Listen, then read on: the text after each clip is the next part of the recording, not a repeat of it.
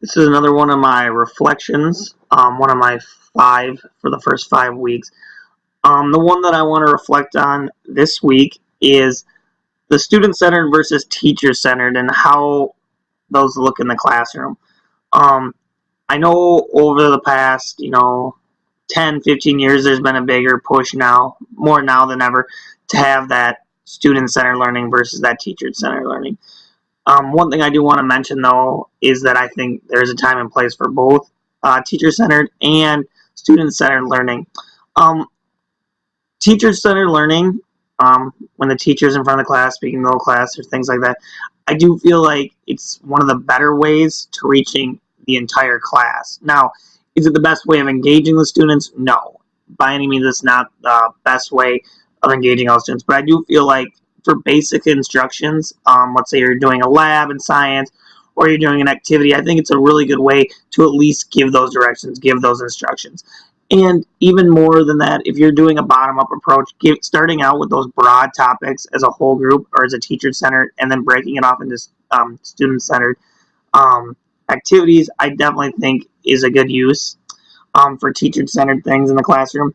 Obviously, I do support more of the student-centered. I want, in my classroom, I always try to do everything with students.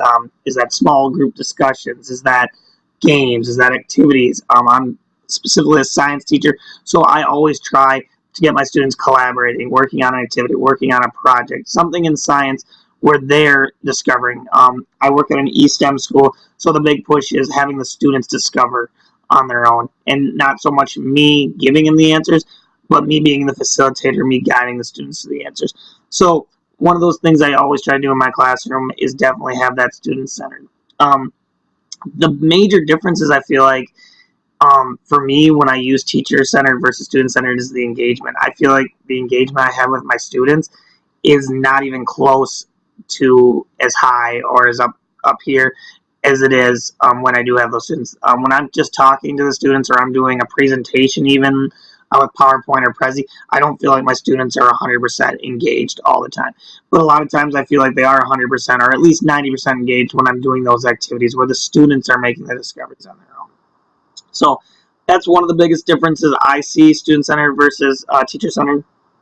Um, I also see better learning. I mean, with my students, I feel like when my students have the opportunity to make choices to learn on their own, their learning is improved. When the students are listening to me every day and just standing up there, I feel like their learning is definitely hindered.